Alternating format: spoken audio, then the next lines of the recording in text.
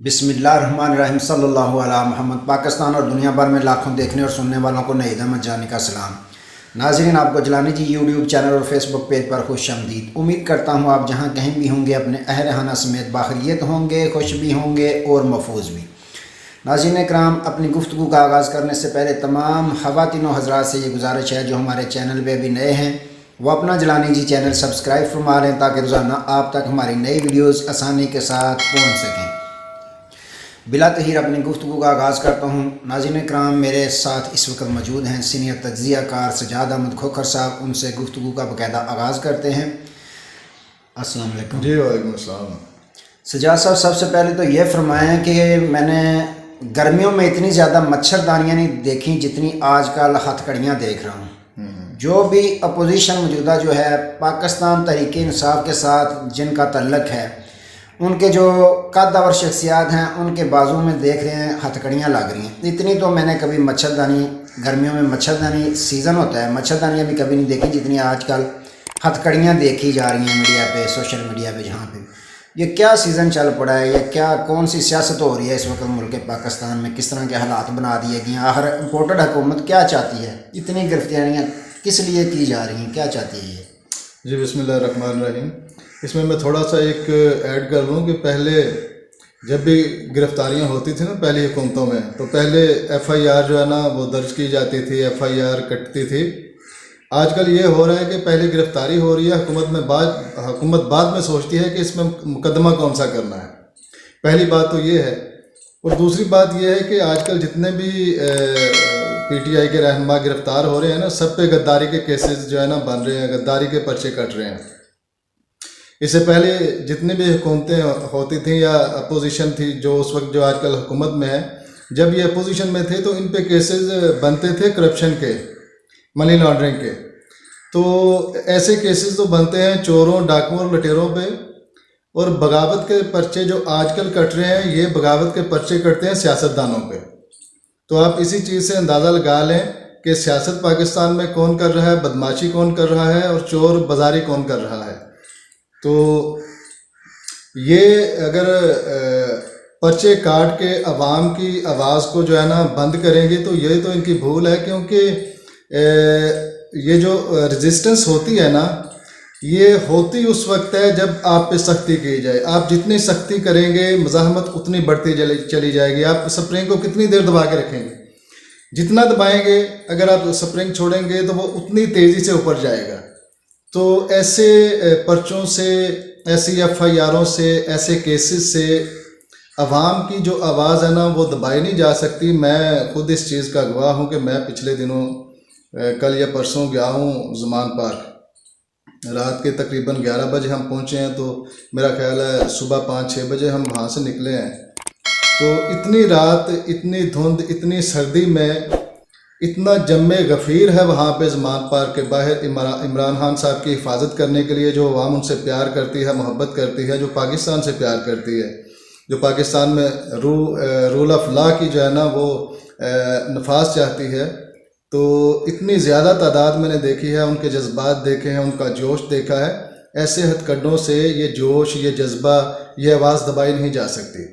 तो सजाद साहब ये फरमाएँ कि जब कोई भी सवाल करता है सहाफ़ियन पे, जो इम्पोर्टेड हुकूमत है इस वक्त हम पे मुसल्लत की गई है कि आप पर्चे कटवा रहे हैं, तो उनका जवाब यही होता है हम पे भी पर्चे कटवाते रहे हैं अपने दौरे हुकूमत में। तो उस वक्त तो इस वक्त में बहुत ज़्यादा फ़र्क है, क्योंकि उस वक्त जो पर्चे एफआईआर कटवाई जाती थी वो तो करप्शन की केसेस होते थे जो अदालत में बकायदा चलते रहे। लेकिन इस वक्त जो केस चल रहे हैं, अपना आज़ादी राय का इजहार जो है उस पे करने पे पाबंदी लग गई है।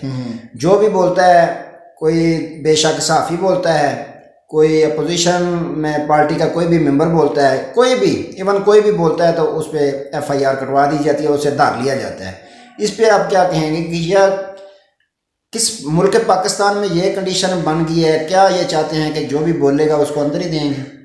नहीं, ये इस चीज़ का तो कोई हल नहीं है ना कि आप अगर हुकूमत चलाना चाह रहे हैं तो गिरफ्तारियां करके अपोजिशन को आप निशान इबरत बनाएंगे तो इस तरह महंगाई तो कम नहीं होगी, अवाम के हालात तो ठीक नहीं होंगे। आप डिलीवर करें अवाम को, आपको इनकी ज़रूरत नहीं पड़ेगी। असल इनसे हो कुछ नहीं रहा। मुल्क के हालात जो है ना वो ख़राब से ख़राब तर होते जा रहे हैं। ऊपर से ये अपोजिशन वाले ख़ास तौर पे पीटीआई के जो लीडरान हैं ये बयान ऐसे दे देते हैं कि सोने पे सुहागे का काम करते हैं। अगर तो उनकी कोई काबिलियत हो, उनको उनकी तरफ से अवाम को कोई रिलीफ मिल रहा हो और वो अपने जहनी तौर पे मुतमिन हो के चलें, अपोजिशन जो बोलती है बोलती रहे, अवाम तो हमसे राज़ी है ना। अवाम राज़ी नहीं, ऊपर से ये इनके बयानात और उन नॉर्मल बयानात इससे ख़तरनाक तरीन बयानात ये ख़ुद दे चुके हैं। ये जो आज इम्पोर्टेड हुकूमत में है तो पीटीआई के रहनुमा बड़े नॉर्मल से बयान दे रहे हैं। वो मुंशी बोल दिया उन्होंने इलेक्शन कमीशन को, तो ये कोई मतलब बड़ा ये अच्छा लफ्ज़ है किसी को मुंशी बोल देना। तो इस बात का भी उन्होंने बुरा बनाया कि हमें मुंशी क्यों बोल दिया, हालांकि काम वो मुंशियों वाले कर रहे हैं। इसमें कोई शक है आपको? जी, मुंशियों के पीछे पीछे ये होते हैं सारे। जब अदलिया में जाते हैं तो वकला के साथ मुंशी भी होते हैं। तारीख में, पाकिस्तान की तारीख में 2 मुंशी याद रखे जाएंगे, एक मुंशी सागडार और दूसरा मुंशी हैदर सुल्तान ही है ना। तो ये पाकिस्तान की तारीख में याद रखे जाएंगे। अच्छा सजाद साहब, ये फरमाएं कि गिरफ्तारियों का सीज़न जारी है, तो आप अब क्या तसव्वुर करते हैं कि अब अगला नंबर जो है मुमकिन तौर पर गिरफ्तारी किसकी हो सकती है? जो पाकिस्तान तहरीक इंसाफ के साथ मुखलस साथी हैं, मेरी मिसाल मुराद सईद साहब, अमीन गंडापुर साहब, जो कदर शख्सियात हैं और बोलने चालने वाले हैं, इनमें से आप क्या तसव्वुर करते हैं कि किसका अगला नंबर लग सकता है? ये आपकी बात बिल्कुल दुरुस्त है। मुराद सईद साहब का भी नंबर लग सकता है, अमीन गंडापुर, शाह महमूद कुरैशी के बारे में मैं सुन रहा था कि शायद उनको गिरफ़्तार कर लिया जाए, लेकिन वहाँ पे जो है ना लगता है मुझे नहीं कि उनकी गिरफ़्तारी जो है ना हो सकती है। या लेकिन ये है कि गिरफ़्तारियाँ होंगी, इसमें कोई शक नहीं है, क्योंकि इम्पोर्टेड हुकूमत के पास इसके अलावा कोई चारा नहीं है। क्योंकि वो बयानात ऐसे दे देते हैं, पहले मैंने आपको बताया कि वो बयानात सोने पे सुहागे का काम करते हैं और अवाम का जो गम गुस्सा है ना उसमें इजाफे का बायस हो रहा है। ये तो पहले बोल चुका हूँ ना कि इनसे हो कुछ नहीं रहा, ऊपर से बयानात ऐसे दे देते हैं, तो गिरफ़्तारियाँ तो ये करेंगे। आप पंजाब में देख लें, पंजाब में किसको गिरफ़्तार करते हैं, ये तो नाम लिए ना आप KPK के मुराद सईद और अली अमीन गंडापुर, तो वहाँ पे तो इतना कोई फ़र्क नहीं पड़ता। ज़्यादा जो इनका फोकस है ना वो पंजाब है। फवाद चौधरी को ले लें, अब वो इमरान रियाज को भी इन्होंने गिरफ़्तार कर लिया, शेख रशीद साहब को भी गिरफ़्तार कर लिया, तो ज़्यादा फोकस मुझे लगता है इनका पंजाब पे है। तो जहाँ साहब जितनी ये स्ट्रगल कर रहे हैं इमरान खान को ज़ेर करने की या पाकिस्तान तहरीक इंसाफ को दीवार के साथ लगाने की, इतनी अगर स्ट्रगल, इतनी कोशिश अपनी कबीना के इजलास बैठाकर मीटिंग्स करके मुल्की मैशत, मुल्की जो इकानमी है इसके मतलब करते, तो आप क्या ये फरमाते हैं कि मुल्की हालात कुछ बेहतर ना हो जाते अगर पूरे 9 माह में ये स्ट्रगल जितनी इन्होंने खान साहब के ख़िलाफ़ किया, अपने करप्शन के केस ख़त्म करने, और दूसरा पाकिस्तान तहरीक इंसाफ के जो कारकुनान हैं, उम्मीदवारान हैं, उनके ख़िलाफ़ केसेस बनाने और इमरान खान को ज़ेर करने की कोशिश में जितना 9 माह इन्होंने गुजारे हैं, क्या इसके अगर मुतबादल ये पाकिस्तान की इकानमी बेहतर करने के लिए वक्त इतना ज़ाया करते तो कुछ हालात मुख्तलिफ होते हैं? आज ये PDM वाले अभी तक जो है ना वो ये 90 की दिहाई में रह रहे हैं। उस वक्त पता 2 जमातों की हुक्मरानी थी, PP और मुस्लिम लीग नून, तो ये उस वक़्त की सियासत आज भी कर रहे हैं। उस वक़्त भी इनके जो वोटर हैं ना जी, कोई ख़ास वोटर, वो इन बातों से इम्प्रेस होते हैं, खुश होते हैं, देखो जी हमने फ़लाँ को पकड़वा लिया, हमने फ़लाँ को लटका दिया। तो ये तो उस वक़्त की सियासत है। उस वक़्त भी ऐसी सियासत नहीं थी कि अवाम के लिए कुछ किया जा सके, अवाम को कोई रिलीफ दिया जा सके। ये उस वक़्त की सियासत कर रहे हैं। आज अवाम देख रही है, चलें वो एक सवालिया निशान तो है कि इमरान खान की हुकूमत को आपने ख़त्म कर दिया, हालांकि ये पहली हुकूमत थी इमरान खान की पाकिस्तान की तारीख में कि जिस पे करप्शन का कोई इल्ज़ाम नहीं था। अवाम ने जो है ना सवालिया निशान जो है ना लगा दिया, सवालिया नज़रों की से देखा सारे इदारों की तरफ कि पहले तो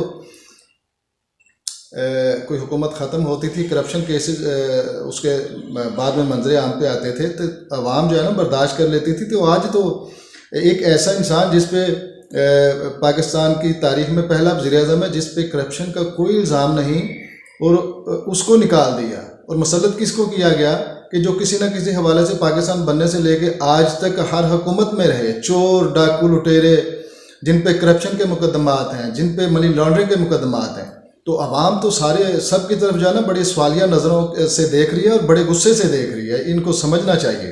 तो जज साहब, ये जिस तरह के हालात इस वक्त चल रहे हैं मुल्क पाकिस्तान में, इन हालात के पेश नज़र कल मैंने सुबह बल्कि रिसेंटली सुना है कि साबिक़ वज़ीर-ए-आज़म इमरान खान साहब ने बाकायदा अपना दस्ते मुबारक से एक ख़त लिखा है सदर मुमलकत आरिफ अलवी साहब को, उनको ख़त लिखा है बाकायदा कि ये जो मदाखलत के आसार जो शवाहिद मिल रहे हैं इस्टेब्लिशमेंट के पूरी तरह ये इन्वॉल्व हैं, सियासत में मदाखलत कर रहे हैं, जिसके साथ उन्होंने सबूत भी प्रूफ के तौर पर दिया है कि जो KPK के गवर्नर ने बयान दिया था गुज़िश्ता दिनों, आपने सुना था कि जब तक इस्टेब्लिशमेंट नहीं कहेगी हम इलेक्शन किस तरह करवा सकते हैं, वो कहेंगे ये, यानी कि उन्होंने ये शो किया था हमारे हाथ में इख्तियार में कुछ भी नहीं, ये भी शवाहिद दिए हैं। और जिस तरह मौजूदा दिनों में गिरफ्तारियां हो रही हैं तो ये भी सबूत उन्होंने साथ लगा के भेजा है। तो इस पे आप क्या फरमाएंगे कि सदर मुमलकत के पास कोई इख्तियार है कुछ बेहतर करने के लिए, वो कोशिश कर सकते हैं, क्या कर सकते हैं? जो उनका जो आइनी किरदार है वो तो अदा करते रहेंगे और इसी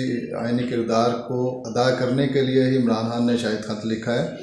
लेकिन ये है कि आप एक बात पे गौर करें कि ये जो गिरफ्तारियाँ हो रही हैं ना, बाद में जो है ना हुकूमत का कोई भी नुमाइंदा आके बयान दे देता है कि जी इसमें हुकूमत का कोई हाथ नहीं है। इसका क्या मतलब है कि हुकूमत वाले भी जो है ना ये एस्टेब्लिशमेंट पे डालना चाह रहे हैं ताकि PTI और एस्टेब्लिशमेंट में जो है ना गलतफहमियाँ पैदा की जा सकें। और वो एक जो पहले दिनों लहर चली थी जब इमरान खान की हुकूमत को ख़त्म किया गया एस्टेब्लिशमेंट के ख़िलाफ़, ख़ास तौर पे फ़ौज के ख़िलाफ़, वैसे हालात पैदा करने की कोशिश कर रहे हैं जैसे अवाम जनरल बाजवा के ख़िलाफ़ हुई थी। तो ये अवाम अब जनरल आसम मुनीर के ख़िलाफ़ भी हो जाए तो बड़ा जो है ना बारीक बीनी से जायज़ा ले के कोई भी कदम उठाना चाहिए। अगर इमरान खान साहब ने कोई ख़त लिखा है तो उनका राइट है। ये जमहूरी मुमालिक में ऐसे ही होता है कि आप एक बंदे को, चाहे वो chief of the army staff है, चाहे चीफ जस्टिस है, चाहे मुल्क का सदर है, उसको अगर आप उसकी आइनी जिम्मेदारियां याद दिलाते हैं तो ये आइनी काम है। जमहूरी मुमालिक में ऐसा होता है, तो मेरा ख्याल है ये तो अच्छी बात है। अच्छा जज साहब, मुख्तसर वक्त में कि आप ये फरमाएंगे, सुना है खान साहब ने कोई अपने करीबी साथियों को पैगामात भी भेजे हैं, वो क्या पैगामात हैं, क्या आप सुनते हैं, क्या अंदर की बात ज़्यादा आपको पता होता है। तो मेरे नज़दीक अगर मुझसे आप पूछते हैं तो अंदर की बात ये है कि अगर पैगाम भेजा है तो इलेक्शन की तैयारी हो सकता है, या फिर पैगाम ये हो सकता है कि भाई आपने घबराना नहीं, आप पे केसेस बन रहे हैं, आपने डट के खड़े रहना है, तो इंशाल्लाह पाकिस्तान हकीकी आज़ादी की मंजिल ज़रूर पा लेगा, हासिल कर लेगा। तो यही पैगाम हो सकता है कि डट के खड़े रहें इंशाल्लाह। जी, सबसे पहले घबराना नहीं, ये पुराना उनका मकूला है खान साहब का। तो नाज़रीन कराम, ये थे मुल्की मामलात जो हमने आपके सामने रखे हैं। उम्मीद करते हैं कि आपको हमारी ये गुफ्तगू पसंद आई होगी। तो दोबारा किसी नए मौजू के साथ आपकी खिदमत में हाज़िर होंगे। तब तक के लिए इजाज़त दीजिए, अपना बहुत सारा ख्याल रखिएगा और अपने इस चैनल का भी। अल्लाह हाफ़िज़। अल्लाह हाफ़िज़।